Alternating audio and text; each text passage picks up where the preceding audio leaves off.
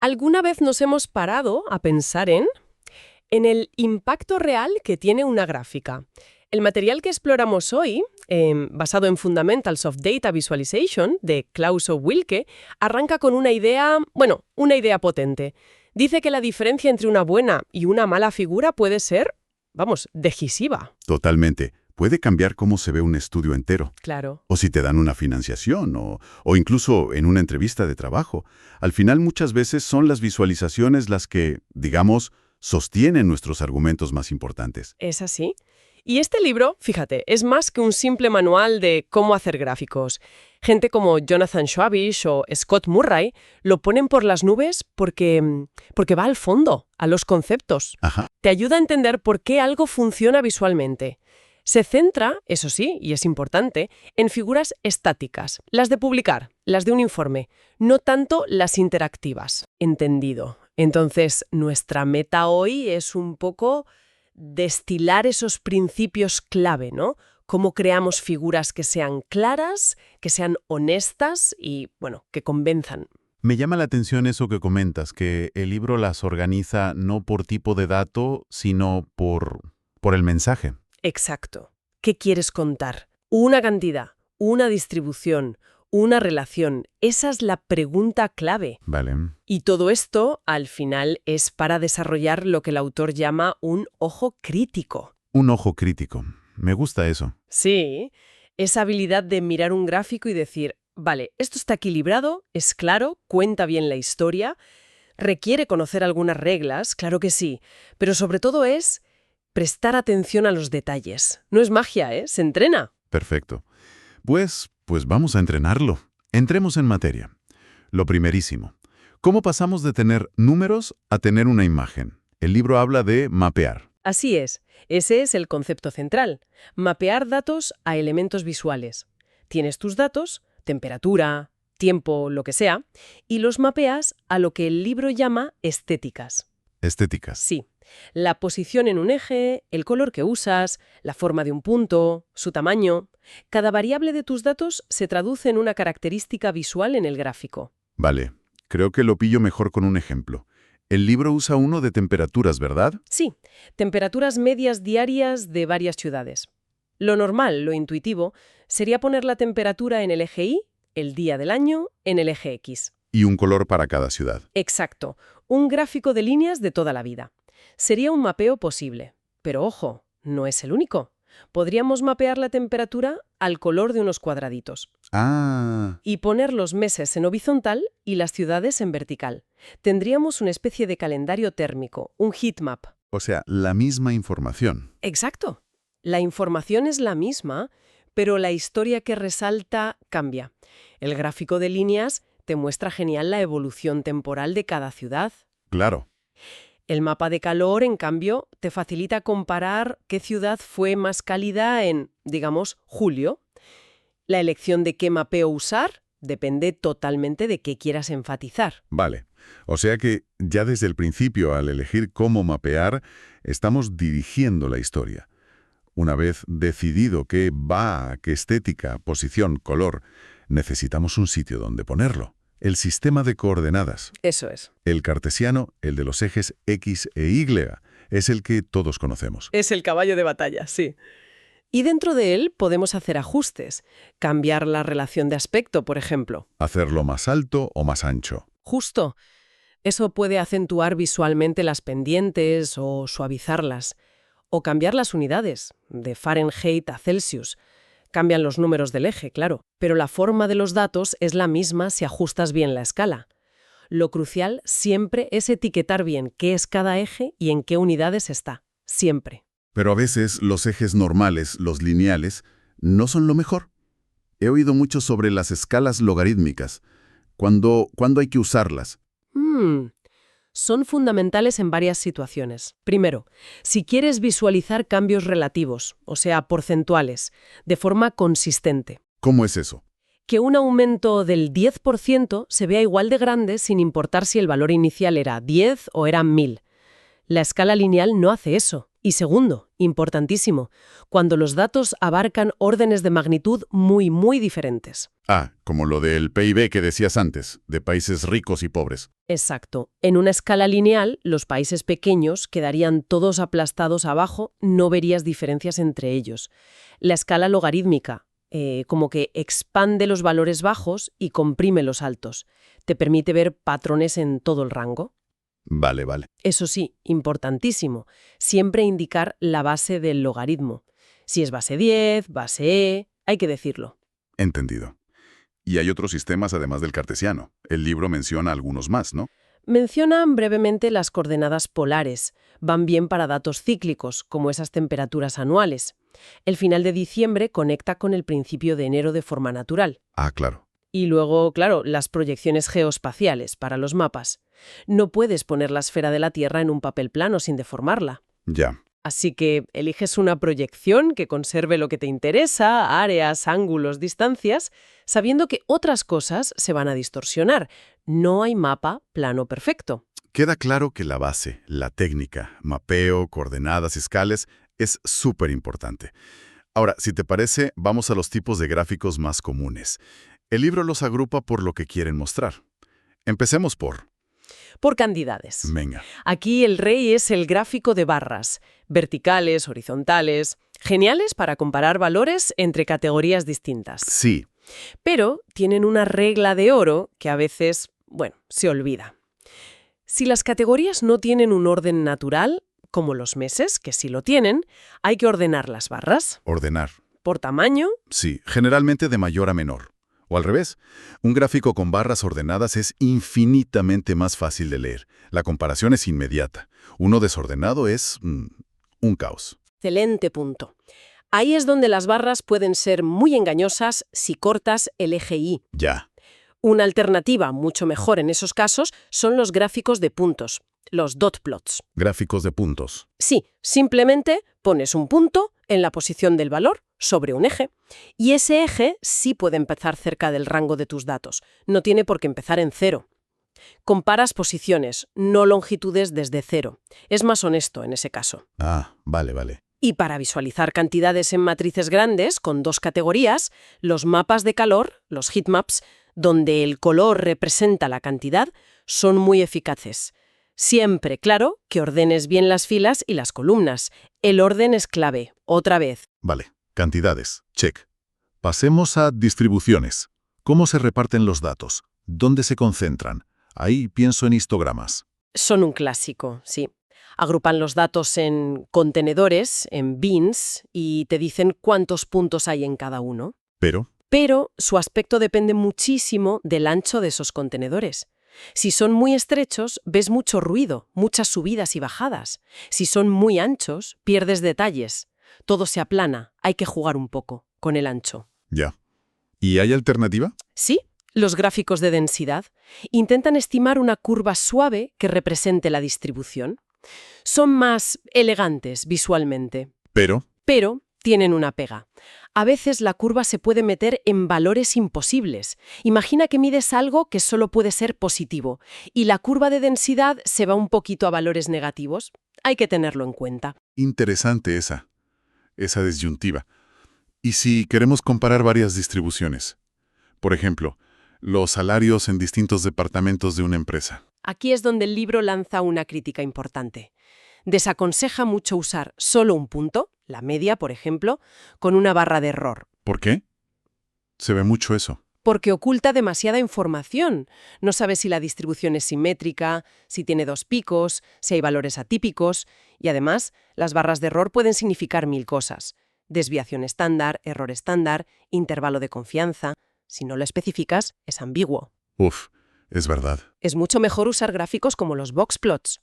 Los diagramas de caja y bigotes te dan la mediana, los cuartiles, te señalan posibles atípicos, te dan un resumen más completo de la distribución. Los box plots sí son muy comunes. Y aún más informativos, para mi gusto, son los violin plots. Violín. Sí, como un box plot, pero a los lados le añaden la forma estimada de la distribución, como una curva de densidad reflejada. Ah. Ahí sí puedes ver si la distribución tiene los picos, si es bimodal, algo que un boxplot normal te ocultaría por completo. Ostras, eso es súper útil. Y si quieres ver todos los puntos individuales, porque a veces interesa, puedes usar gráficos de puntos, pero con un poquito de jittering. Jittering. Moverlos un poco. Sí, un pequeño desplazamiento aleatorio para que no se pisen todos en el mismo sitio. O los Synaplots, que los colocan de una forma parecida a la del violín, mostrando la densidad. Vaya, ¿cuántas opciones para ver distribuciones? Y si tienes muchas distribuciones que comparar, imagínate, la evolución de algo a lo largo de muchos años o entre muchas categorías. Ahí los Ridgeline plots son fantásticos. Ridgeline. Como crestas de montañas. Exacto. Muestran las curvas de densidad de cada grupo, una encima de otra un poco solapadas y desplazadas. Crean como un paisaje de distribuciones. Es muy potente para ver tendencias o cambios en la forma a lo largo del tiempo o de las categorías. Me lo apunto. Hablemos ahora de proporciones. Las partes de un todo. El eterno debate. ¿Tarta o barras?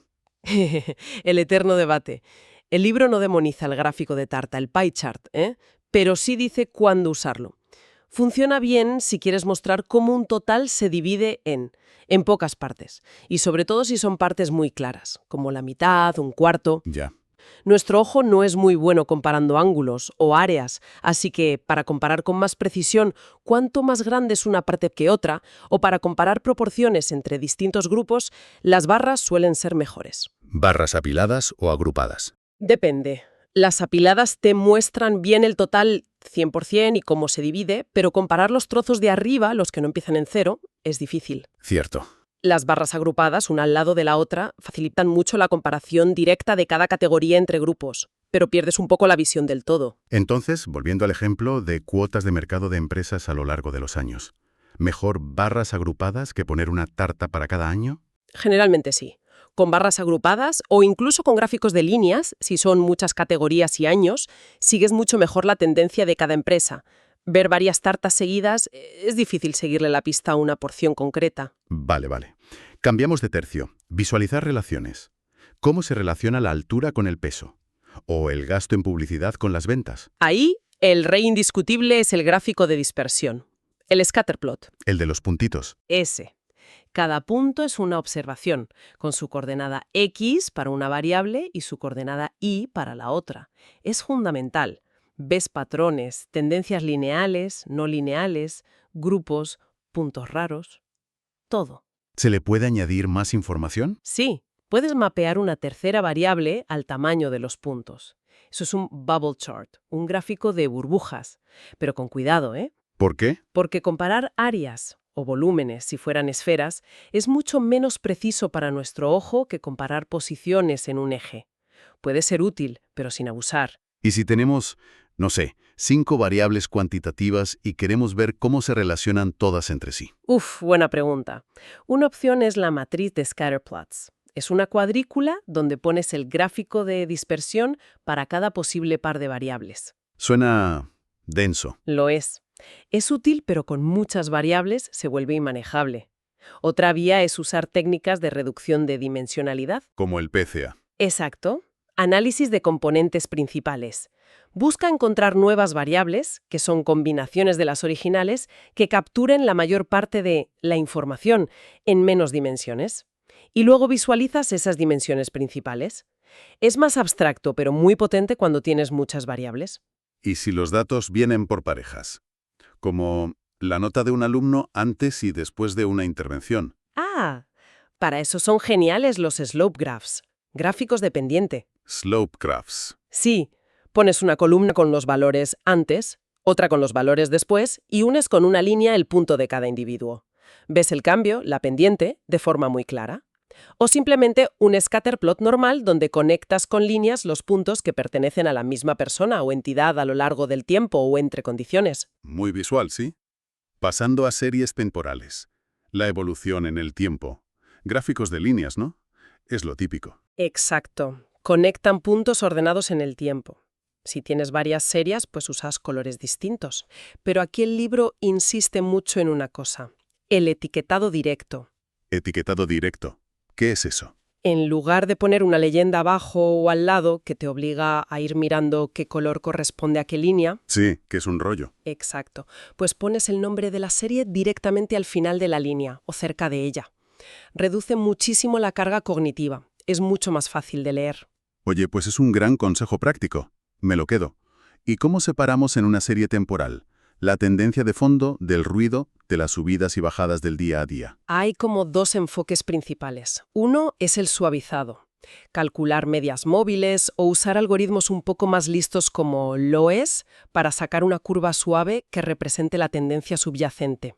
Filtra las fluctuaciones cortas. Vale. ¿Y el otro? El otro es ajustar un modelo matemático. Si crees que la tendencia es lineal, pues ajustas una recta. Si crees que es exponencial, pues ajustas una exponencial que a menudo se hace ajustando una recta a los datos en escala logarítmica. Ya. El libro también menciona la descomposición de series temporales, separar la serie en sus partes. La tendencia, el componente estacional, eso que se repite cada año, por ejemplo. Ah, como en el CO2. Justo. La curva de Killing del CO2 es el ejemplo perfecto.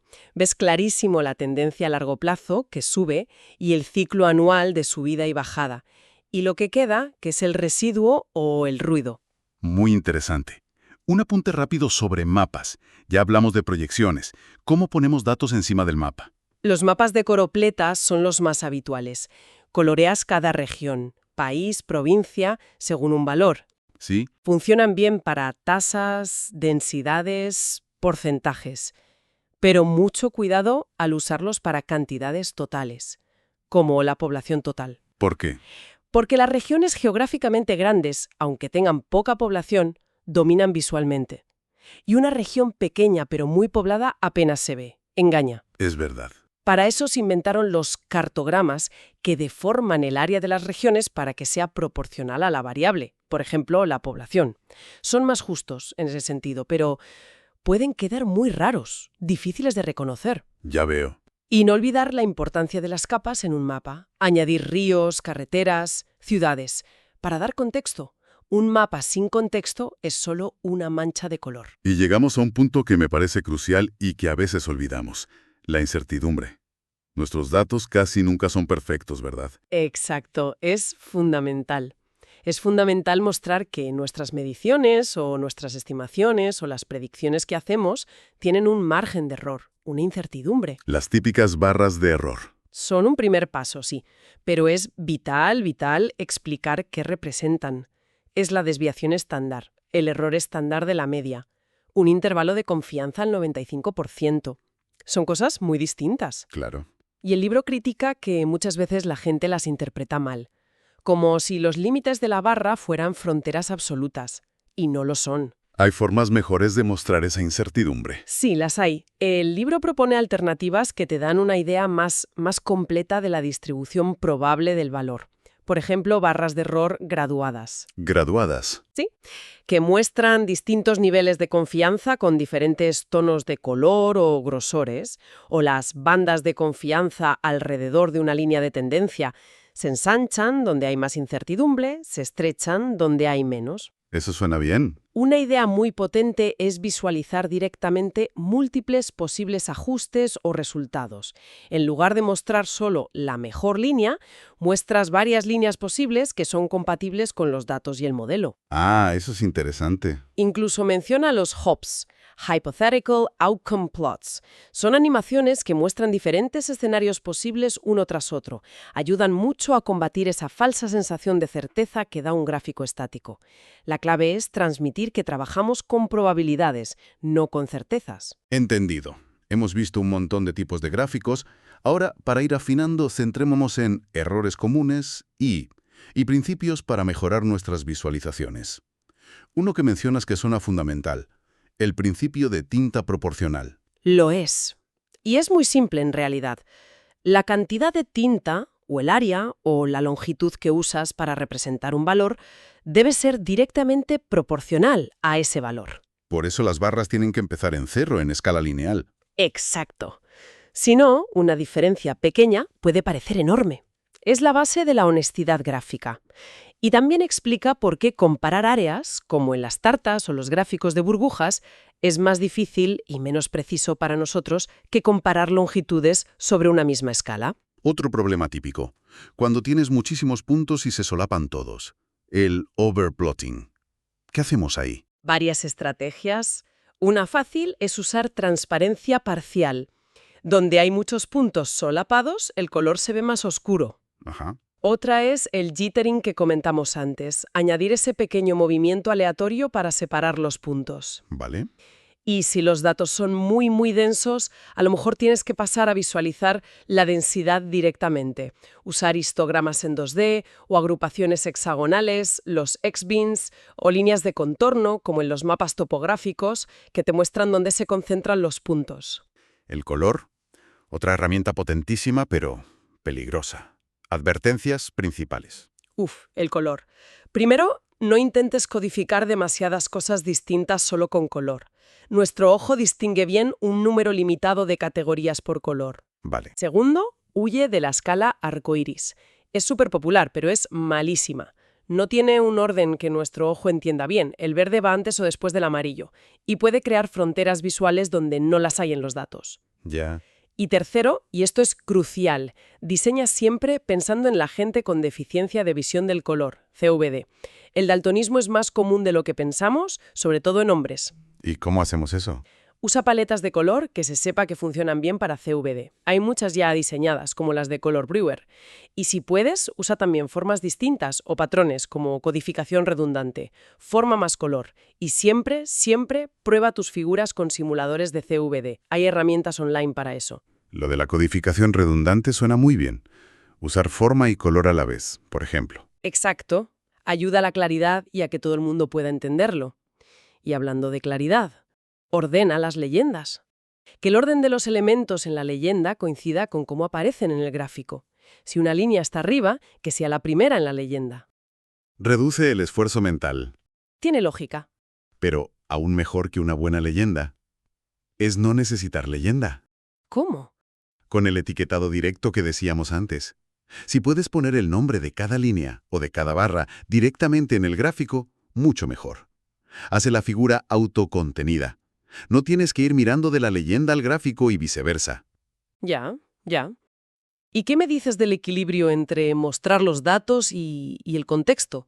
Ejes, rejillas, etiquetas, ¿cuánta tinta no dato necesitamos? Es buscar el punto justo, el equilibrio de tufte. Demasiado adorno distrae. Rejillas muy marcadas, sombras, efectos 3D innecesarios, fuera. Vale, pero muy poco contexto también es malo. Si no pones ejes claros o etiquetas legibles, la figura no se entiende. Las rejillas de fondo, si las usas, que sean sutiles, muy finitas, grises claras. Y generalmente solo en una dirección, para ayudar a seguir los valores sin crear una cárcel de líneas. Y etiquetas grandes no. Sí. Por favor, etiquetas de eje y títulos legibles. Y evitar los contornos en las formas. Usar rellenos sólidos suele ser visualmente más limpio. Para ir cerrando ya, el libro habla un poco de herramientas y de narración. Sí, sobre herramientas. Rápido. Destaca la importancia de que sean reproducibles. Usar software programático como R o Python te permite guardar el código, repetir el análisis, modificarlo. Es fundamental para la ciencia abierta. Claro. También diferencia entre herramientas para explorar rápido, para ti, y herramientas para crear gráficos finales, pulidos, para comunicar. Y lo ideal es que te permitan separar el contenido, los datos que va en cada eje, del diseño. Colores, fuentes. Los sistemas de temas ayudan mucho a eso. Y finalmente, la narración. Contan una historia con datos. Exacto. Que una buena visualización o una secuencia de ellas tenga un propósito claro, que guíe al espectador. Aconseja simplificar para que el mensaje principal llegue incluso a gente no experta. Vale. Puedes ir construyendo la complejidad poco a poco. Muestras primero los datos más crudos, luego un análisis, y buscar coherencia visual entre figuras, pero sin ser repetitivo. Usar el gráfico adecuado para cada parte de la historia. Que las figuras no sean un pegote, sino parte integral del argumento que estás construyendo. Entonces, si tuviéramos que resumir la esencia de toda esta exploración sobre visualización de datos, ¿con qué nos quedaríamos? Pues yo diría que la visualización efectiva no es suerte, ni es solo arte. Es un proceso de tomar decisiones conscientes. Decisiones Sobre qué mapeo usar, qué tipo de gráfico es el más honesto y claro para tu mensaje, cómo usar el color bien para todos, cuánta complejidad mostrar, cuánto contexto dar. El objetivo final es siempre la claridad y contar una historia que sea fiel a los datos. Es una mezcla de ciencia y diseño, ¿sabes? Y se aprende, se mejora con la práctica. Me quedo con eso, decisiones conscientes y fidelidad a los datos. Y para cerrar, lanzo una reflexión final para quien nos escucha. Pensemos en una visualización que veamos a menudo, en el trabajo o en las noticias. ¿Cómo cambiaría la historia que nos cuenta si se usara otro tipo de gráfico? O una escala de color diferente. ¿Qué detalles podrían magnificarse o quizás ocultarse solo por esa elección de diseño? Es una pregunta excelente. Te hace muy consciente del poder que tiene esto y de la responsabilidad. Sin duda alguna. Y para quien quiera profundizar muchísimo más, recordamos la fuente principal de esta charla, Fundamentals of Data Visualization de Klaus Wilk. Una joya, muy recomendable.